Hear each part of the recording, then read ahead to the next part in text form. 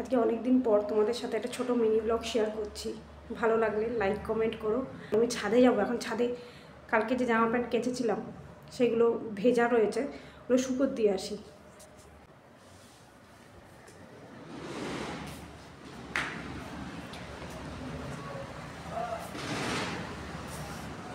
ছাদটা ঠান্ডা হয়ে রয়েছে পুরো।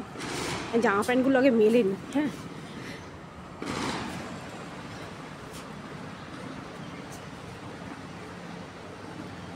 আজকে ওয়েদারটা খুব ভালো রয়েছে, খুব ঠান্ডা রয়েছে। সূর্যি মামা দেখা দিচ্ছে, দেখো।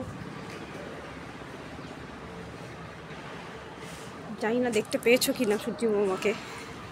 আমি জামা প্যান্টটা মেলে নিই, তারপরে তোমাদের সাথে দেখা করছি। একলা হাতে না ভিডিও করা, জামা প্যান্ট মেলা এগুলো করা যায় না, কেন কেউ এখন ধরার নেই, সবাই যে যার কাজে ব্যস্ত। জামা প্যান্টগুলো মেলা হয়ে গেছে। সকালেই উঠেছি, চাটা খাওয়া হয়ে গেছে, কত মশাই চা করে দিয়েছে। আর না, ছাদ থেকে একটু ঘুরেও আসি, জামা প্যান্টগুলোও মেলে আসি, এবার গিয়ে জলখাবারের ব্যবস্থা করব। তার আগে তোমাদের সাথে আরেকটা জিনিস শেয়ার করছি, চলো।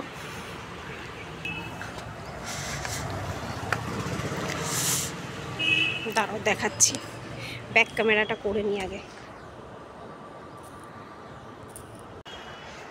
আমার ছোট্টখাট্ট একটা গার্ডেন, গাঁদা ফুল নিয়ে এসেছিলাম নার্সারি থেকে। কি বড় বড় হয়, একটু বড় হোক আমি তোমাদের দেখাবো। এটা গোলাপ ফুল, দুটো কুড়ি হয়েছে। দেখো এইটুকু গাছে একটা আম হয়েছে, পেয়ারা গাছ রয়েছে, আর এটা লেবু গাছ। অনেক ফলন দেয় এই গাছটা, এত লেবু দেয়।